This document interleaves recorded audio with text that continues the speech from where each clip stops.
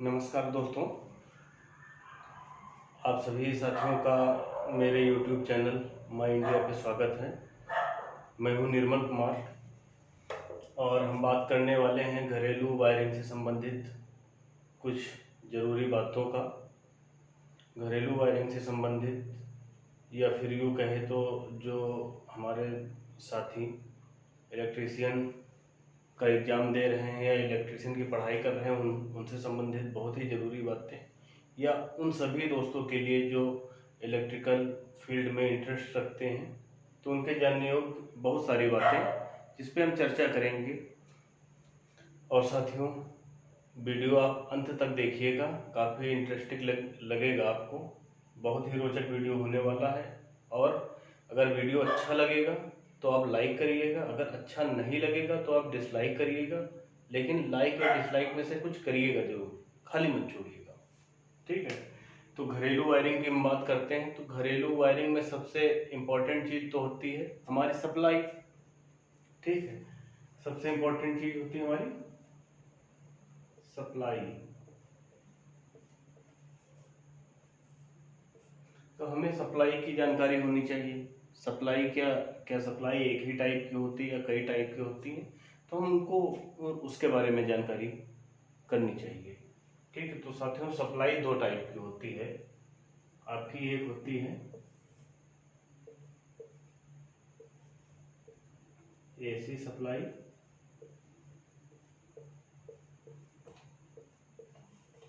और दूसरी होती है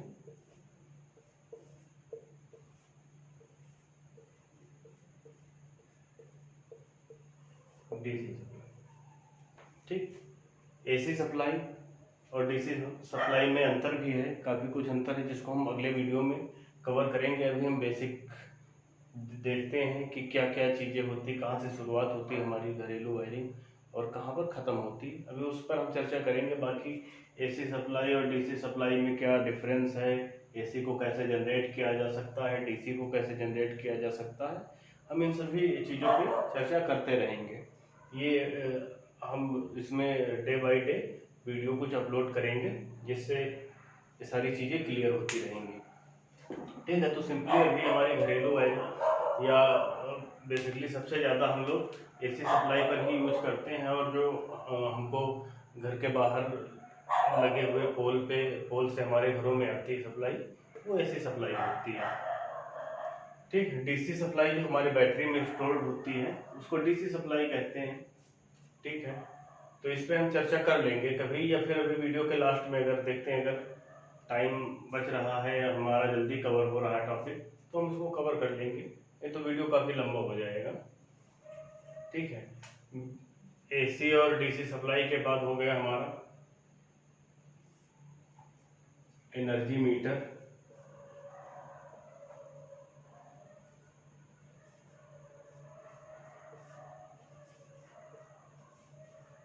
भाई, सप्लाई आपके पोल से सबसे पहले एनर्जी मीटर में आती है। एनर्जी मीटर में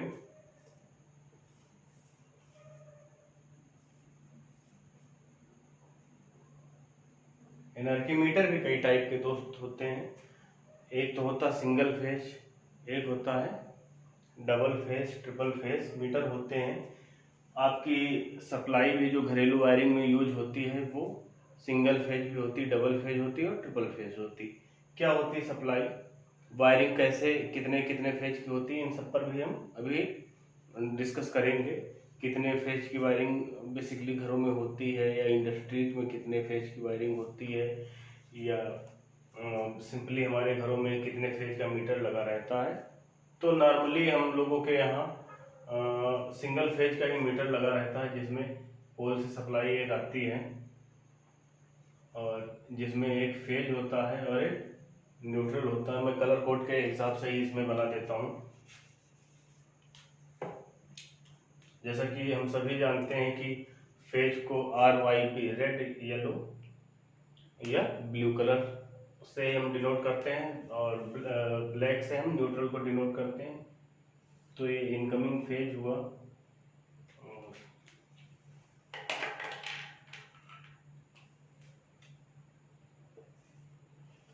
इसमें इनकमिंग न्यूट्रल हो गया और यहाँ से हम आउटगोइंग कर देंगे।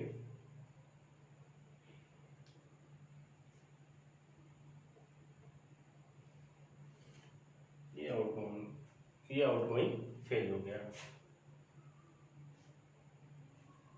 ये पी इन है और ये पी आउट है, इसके साथ साथ ही न्यूट्रल इन है और एन आउट। अब यहाँ से जो फेज और न्यूट्रल आउट हुआ वो हमारे घरों में एक बाहर या इजीली जहाँ पर हम एक्सेस कर सकें वहाँ पर एक डिस्ट्रीब्यूशन बॉक्स लगाया जाता है, जहाँ पर एमसीबी और आइसोलेटर, ईएलसीबी, आरसीसीबी, कुछ सेफ्टी डिवाइसेस हम लोग लगाते हैं। जहाँ पे क्या होता है कि जैसे घर में 5 कमरे हैं तो हर कमरे के लिए अलग अलग एक एमसीबी होती है। रूम नंबर 1 के लिए एक यहाँ एमसीबी होगी। अगर यहाँ हम एमसीबी ट्रिप करेंगे या कट करेंगे तो रूम नंबर 1 की सप्लाई ऑफ हो जाएगी, बाकी सभी रूम्स में या घर के अदर पार्ट में सप्लाई जाती रहेगी। तो एक डीबी बॉक्स होता है जिसको डिस्ट्रीब्यूशन बॉक्स बोलते हैं। यहाँ पर पूरे घर का, ये समझ लो पूरे घर का मेन स्विच होता है, समझ लो।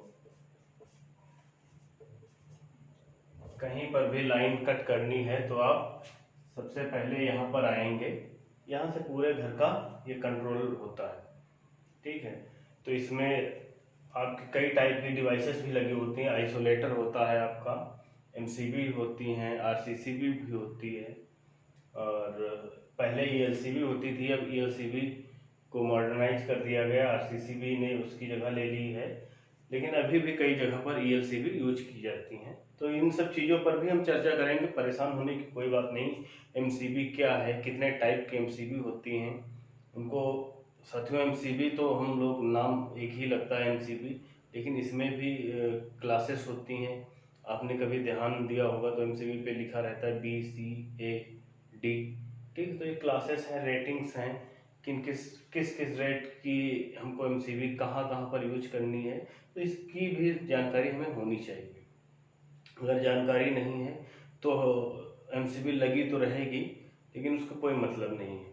मान लीजिए कई बार ऐसा होता भी कि हम लोगों को सप्लाई या बिजली लग जाती है और एमसीबी ट्रिप नहीं होती है, तो उसका रीज़न यही है कि अगर एमसीबी सही रेट की नहीं लगी है, सही रेटिंग की नहीं लगी है, या इलेक्ट्रीशियन को जानकारी नहीं थी कि किस रेटिंग की एमसीबी लगानी चाहिए, तो फिर वहाँ पर कैजुअलिटी हो जाती है। पता चले पूरे घर में आग लग गई और शॉर्ट सर्किट की वजह से और एमसीबी ट्रिप नहीं हुई, एमसीबी सेफ है। तो ऐसे एमसीबी सेफ होने का क्या मतलब है, कैजुअलिटी कोई हो जाए तो उसकी भी जानकारी होनी चाहिए, उसको भी हम कवर करेंगे। डीबी क्या होता है, कितने पोल की एमसीबी होती हैं और कितने पोल के आइसोलेटर होते हैं, आइसोलेटर और एमसीबी में अंतर क्या है, देखने में तो एक ही जैसे होते हैं। सभी चीज़ों पर हम चर्चा करेंगे, ठीक है। तो इसमें घबराने की बात नहीं। फिर मेन बॉक्स से हमारी सप्लाई रूम्स में आती है। Room number 1, room number 2, 3, R3, ऐसे ऐसे सप्लाई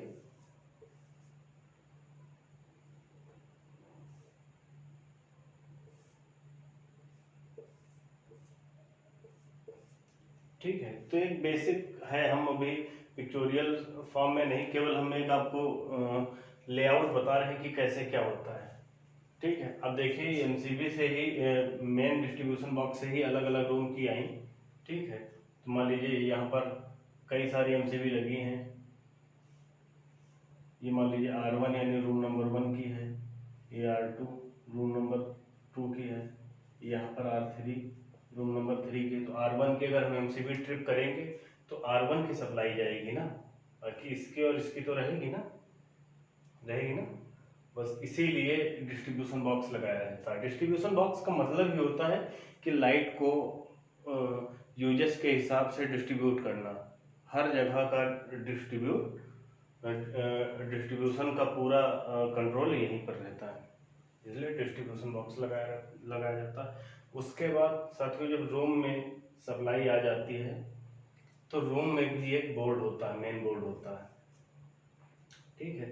यहीं से सारी चीज़ें ऑपरेट की जाती हैं। फैन हुआ, फैन भी ऑपरेट किया जाएगा यहीं से। मैं इसको रफ कर देता हूँ, बहुत गंदा लग रहा है, थोड़ा सा साफ हो जाए।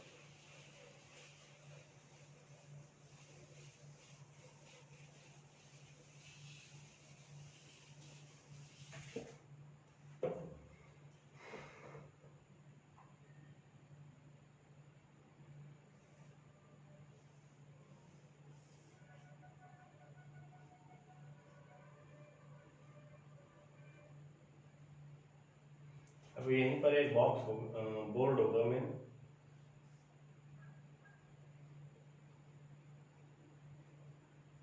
आप समझ जाइएगा। ड्राइंग मेरी उतनी अच्छी नहीं है, तब भी मैं आपको समझाने की कोशिश करता हूँ,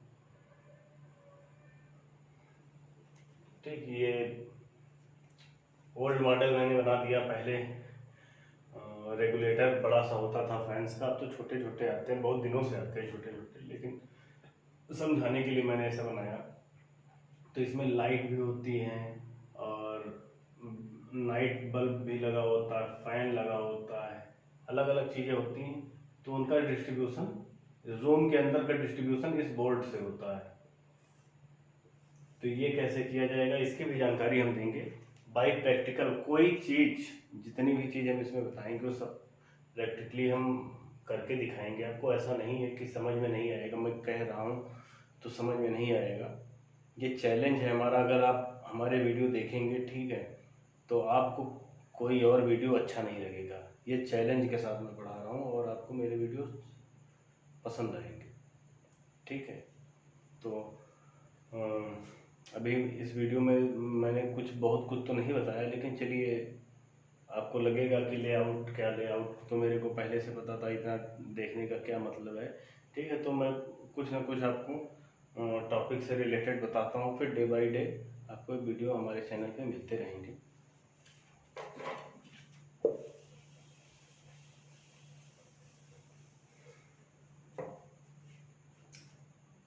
तो साथियों सबसे पहले तो मैं एसी वायरिंग की बात करूँगा, ठीक है।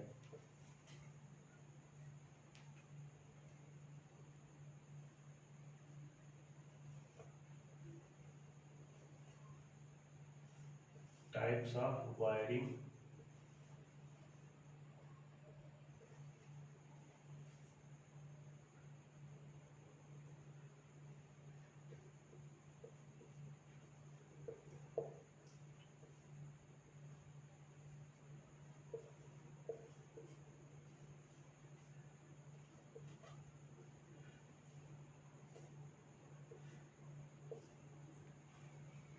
बेसिकली इस टाइम 3 टाइप की ही वायरिंग सबसे ज़्यादा यूज होती हैं।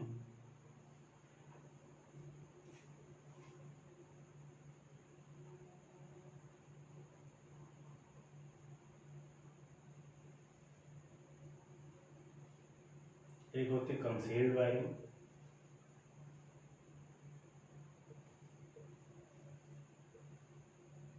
स्पेलिंग देख लीजिएगा, मैं समझाने की कोशिश कर रहा हूँ, आप समझ लीजिएगा।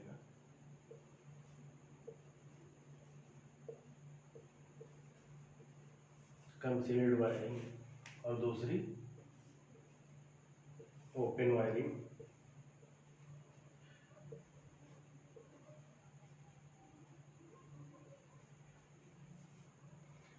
अब बेसिक अंतर क्या है? कंसील्ड वायरिंग क्या होती है? जब दीवार के अंदर हम लोग झिरी काट के, चाहे ग्राइंडर मशीन से हो या छीजल और हैमर का यूज करके, मीन्स छेनी और हथौड़ी का यूज करके, हम जब पूरी टक मार के पूरी लाइन बना देते हैं, नाली बना देते हैं, और उसके अंदर हम लोग कंड्यूट पाइप डालते हैं। जो पाइप होता है उसको कंड्यूट पाइप बोलते हैं।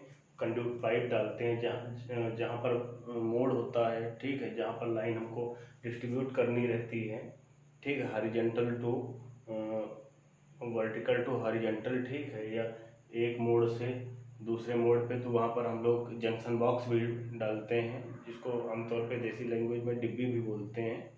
ठीक है। तो जो छेनी और हथौड़ी की मदद से दीवार में या ग्राइंडर की मदद से दीवार में नाली बना के उसमें पाइप डाल के वायरिंग की जाती है, वो कंसील्ड वायरिंग बोली जाती है। और ओपन वायरिंग साथियों दो टाइप की होती है। एक तो कंड्यूट पाइप की सहायता से हम लोग ओपन वायरिंग करते हैं। कंड्यूट पाइप में क्या होता है कि जैसे जो पाइप हम लोग नाली बना के उसमें डाल रहे थे, वही पाइप हम बाहर क्लिप्स की वगैरह के साथ में रोक के हम लोग पूरी दीवार में और छत में दौड़ा देते हैं। ठीक है, रोक देते हैं, उसके अंदर फिर बाद में वायर डाल के और प्रॉपर कनेक्शन दे दिया जाता, सप्लाई दे दी जाती है, और वो आपकी कंड्यूट पाइप वायरिंग होती है जो ओपन वायरिंग में है। इसके अलावा आजकल सबसे ज़्यादा चलन में है ओपन वायरिंग का ही प्रकार है केसिंग कैपिंग बोलते हैं। ठीक, केसिंग कैपिंग सबसे ज़्यादा चलन में है। उसका रीज़न ये है कि केसिंग कैपिंग वायरिंग में, मैं इसको लिख देता हूँ, ये आपकी दो टाइप की होती है,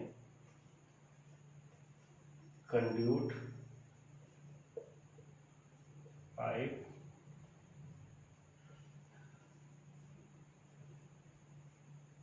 वायरिंग, और दूसरी है आपकी केसिंग एंड कैपिंग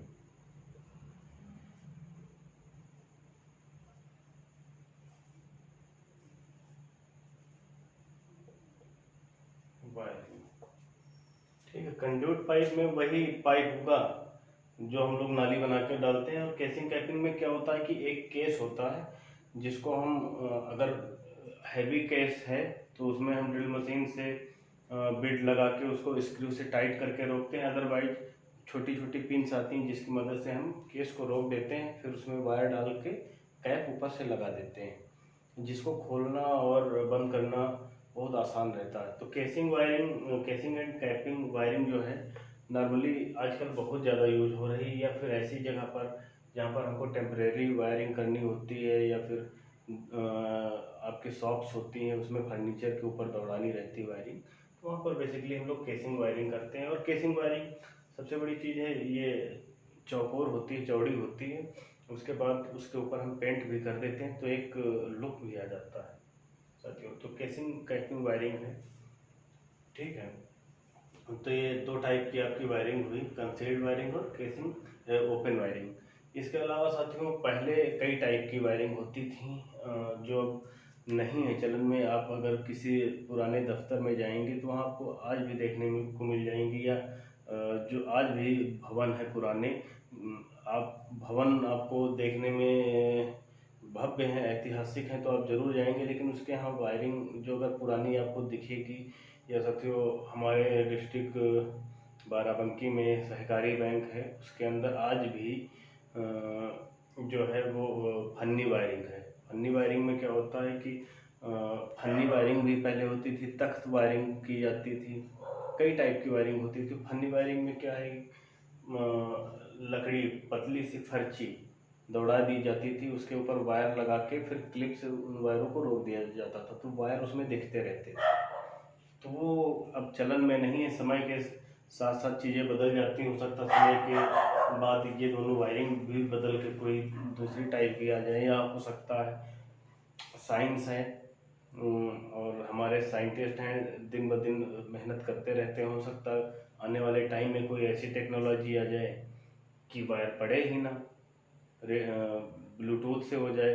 हो सकता एक पोल से दूसरे पोल पे कोई दो डिवाइस ऐसी लगा दी जाए जिससे रेडियो फ्रिक्वेंसी के थ्रू ट्रांसमिशन हो जाए एक पोल से दूसरे पोल पे। तो क्या हो जाएगा आने वाले टाइम में हम लोग अभी कुछ नहीं कह सकते हैं। चलिए हम अपने अगले टॉपिक पे ही बढ़ते हैं।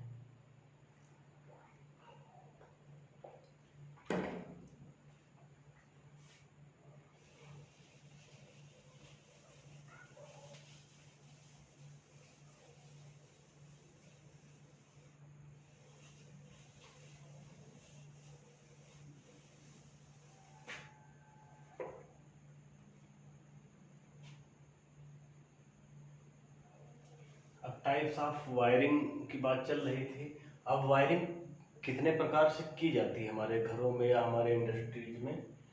तो पहली होती है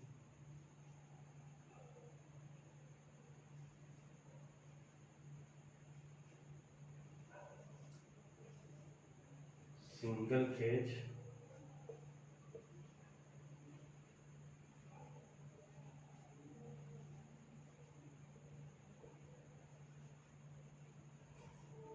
वायरिंग,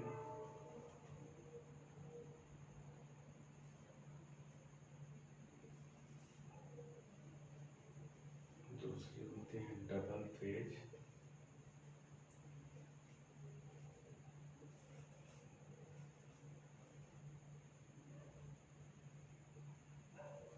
वायरिंग, और तीसरी होती है आपकी थ्री फेज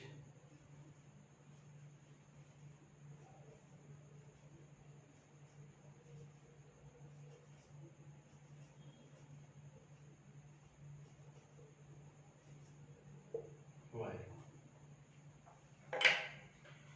अब जैसा कि नाम से ही आपको पता चल रहा है, सिंगल फेज में सिंगल फेज होगा, डबल फेज में दो फेज होंगे, थ्री फेज में तीन फेज होंगे। तो इसमें क्या होगा, कौन कौन, अच्छा फेज के लिए कलर कोड क्या होता है? फेज के लिए कलर कोड होता है, मैं इधर लिखे दे रहा हूँ,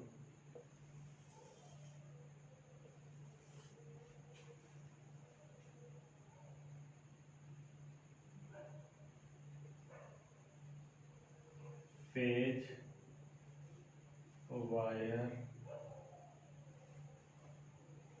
के लिए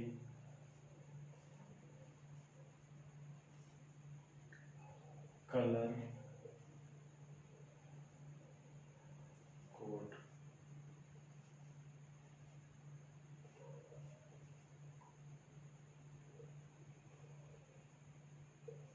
आर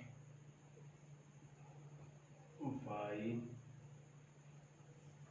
बी। आर का मतलब रेड, येलो,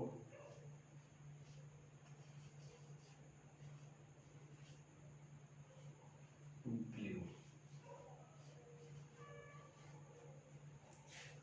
ठीक,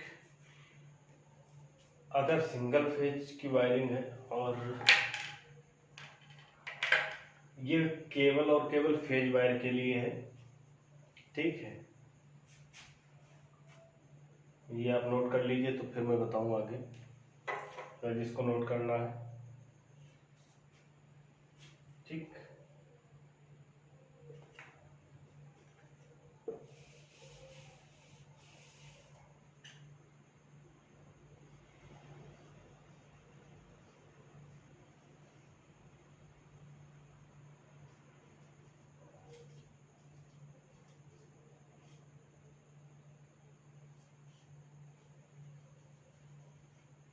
ब्लैक वायर जो होगा वो न्यूट्रल को डिनोट करेगा, और ग्रीन वायर जो होगा वो अर्थ को डिनोट करेगा। ठीक है, तो अगर आप सिंगल फेज की वायरिंग कर रहे हैं या डबल फेज की कर रहे हैं, ट्रिपल फेज की कर रहे हैं, तो ये दोनों वायर तो आपके होने जरूरी हैं, चाहे जिस फेज की आप वायरिंग करें, चाहे सिंगल फेज हो, चाहे डबल फेज हो, चाहे ट्रिपल फेज हो, ये दोनों वायर यानी एक ब्लैक वायर और एक ग्रीन वायर तो रहना जरूरी ही है, क्योंकि आपको न्यूट्रल की जरूरत पड़ेगी ही, और सेफ्टी के लिए आपको अर्थ वायर की जरूरत पड़ेगी। अब सिंगल फेज की बात हो रही, तो आपको एक फेज वायर चाहिए, चाहे वो रेड वायर हो, चाहे वो येलो वायर हो, चाहे वो ब्लू वायर हो, कोई भी इनमें से आप एक ले लेंगे। ठीक, तो कॉम्बिनेशन क्या बनेगा सिंगल फेज वायरिंग के लिए?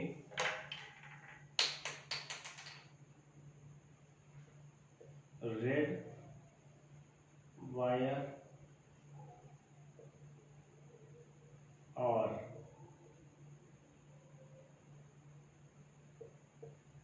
ब्लैक वायर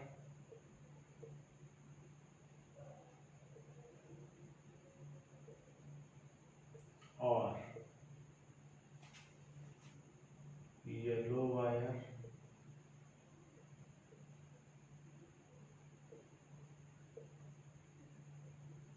ठीक, चाहे आप रेड वायर लें चाहे ब्लैक वायर, सॉरी ब्लैक नहीं ब्लू, फेज की बात हो रही है ना,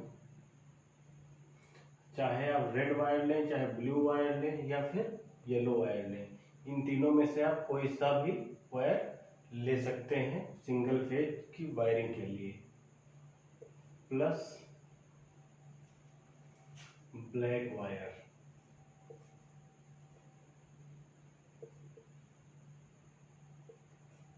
ब्लैक वायर किस लिए है? न्यूट्रल सप्लाई के लिए। ठीक, ब्लैक वायर आप लेंगे न्यूट्रल सप्लाई के लिए। और ग्रीन वायर ये होगा अर्थ की सप्लाई के लिए। ग्रीन वायर अर्थ की सप्लाई के लिए मीन्स ये सेफ्टी, हमारे उपकरण की और हमारी सुरक्षा के लिए ग्रीन वायर डाला जाता है। डबल फेज में इसको अब हम शॉर्ट में लिखेंगे, रेड के लिए आर लिखेंगे, येलो के लिए वाई लिखेंगे, ब्लू के लिए बी लिखेंगे। बाकी ब्लैक और ग्रीन इसमें भी रहेगा और इसमें भी रहेगा। ठीक है, तो बी का मतलब आप ब्लैक नहीं समझेंगे, ब्लैक जब हमको कहना होगा तो मैं ब्लैक सेपरेटली बोलूंगा, लेकिन बी अगर मैं बोल रहा हूँ तो आप ब्लू समझेंगे। ठीक है, तो इसमें आप चाहे आर लीजिए, आर वाई लीजिए या वाई बी लीजिए या बी आर लीजिए, Y Y B B R. ठीक, इसके साथ आपको क्या लेना होगा? ब्लैक वायर लेना होगा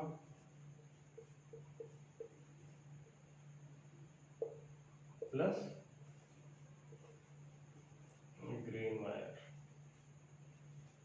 अच्छा साथियों, जिसकी समझ में वीडियो नहीं आएगा तो आप कमेंट करके ज़रूर बताइएगा कि सर, आप ये लिख दीजिएगा कि सर मेरी समझ में वीडियो नहीं आया। अगर एक भी डाउट है इसमें, अगर हो सकेगा तो आप डाउट के बारे में लिख दीजिएगा। अगर आपको फिर से ये पूरा वीडियो चाहिए तो आप हमको कमेंट करके बताइएगा कि सर आप फिर से पूरा वीडियो बना के भेज दीजिए।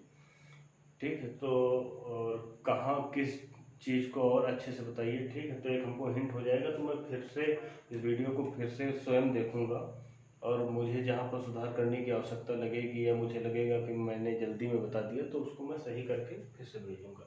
ठीक है, लेकिन आप मेरे चैनल पे विजिट जरूर करिएगा। थ्री फेस में आपको तीनों टर्म लेने होंगे, रेड, येलो और ब्लू। इसके साथ साथ आपको ब्लैक वायर लेना होगा न्यूट्रल के लिए और ग्रीन वायर लेना होगा।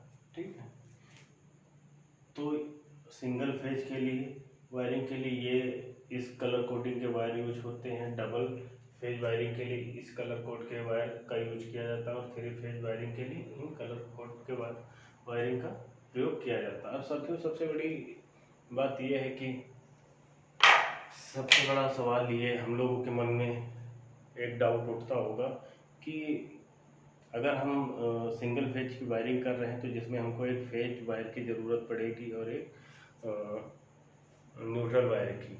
ठीक, और ग्रीन वायर की तो ज़रूरत पड़ती है। तो ग्रीन वायर एक सेपरेट चीज़ है, उसको मैं अभी कुछ समय के लिए अलग कर देता हूँ। न्यूट्रल और फेज की बात करता हूँ। मान लीजिए हम दोनों ही एक ही कलर के वायर डाल दें, चाहे रेड कलर का वायर डाल दें, एक रेड हो जाएगा न्यूट्रल के लिए और एक रेड हो गया हमारा फेज के लिए, या एक ब्लैक कलर मैंने डाल दिया, दोनों ब्लैक कलर के वायर डाल दिए, एक फेज के लिए और एक न्यूट्रल के लिए, या किसी भी कलर के, वाइट हो या रेड, येलो हो या ब्लू हो, कोई भी हो, दोनों एक जैसे ही वायर डाल दें फेज और न्यूट्रल के लिए, तो क्या हमारा बल्ब या कोई अप्लायंसेस या कोई उपकरण नहीं चलेगा? तो ऐसा नहीं साथियों, बिल्कुल आपका उपकरण चलेगा। ठीक है, लेकिन कलर कोड का इस्तेमाल करके अगर हम वायरिंग करते हैं, ठीक है, तो अगर कभी फॉल्ट होती है, अगर आपको केवल एक बल्ब ही जलाना है, ठीक है, तो वो अलग बात है। लेकिन अगर आपका घर है, ठीक है, कई कमरे हैं, ठीक है, और सब जब एक पाइप के अंदर से वायर निकलते हैं, जब कोई प्रॉब्लम होती है या कहीं फॉल्ट होती है तो ढूंढने में बहुत प्रॉब्लम होती है। मान लीजिए एक पाइप के अंदर 10-15 वायर निकले हैं, रेड कलर के सारे पड़े हैं, और आपने कलर कोड का इस्तेमाल नहीं किया तो आप समझ ही नहीं पाएंगे जब तक पूरा वायर नहीं निकालेंगे कि कौन सा न्यूट्रल है कौन सा फेज है। लेकिन मान लीजिए एक पाइप के अंदर 10 वायर पड़े हैं, जिसमें से 3 रेड हैं, 3 येलो हैं और एक ब्लैक है, ठीक है, और 3 मान लीजिए और कोई कलर के हैं, तो आप इजीली आइडेंटिफाई कर पाएंगे कि कौन से ब्लू कौन से फेज हैं, कौन से न्यूट्रल हैं और कौन से अर्थिंग के लिए वायर है। ठीक है साथियों, ये उसी तरीके से जैसे कि कुछ नियम बनाए जाते हैं कि आपको जैसे घर से आपको अपने नियरेस्ट चौराहे तक जाना है या मार्केट तक जाना है, तो नियम तो ये होता है कि सड़क के बाईं ओर चलो। लेकिन अगर हम दाहिनी ओर भी चलते हैं तो ऐसा नहीं कि हम सड़क चौराहे पर या मार्केट तक नहीं पहुंचेंगे, बिल्कुल पहुंच जाएंगे, लेकिन उसमें क्या होता है कि दुर्घटना के चांसेस बढ़ जाते हैं। तो आप हमारे चैनल पर बने रहिएगा। हमारे चैनल का नाम माई इंडिया है, ठीक है, और अपना प्यार बनाए रखिएगा। वीडियो देखने के लिए बहुत बहुत धन्यवाद। जय हिंद, जय भारत।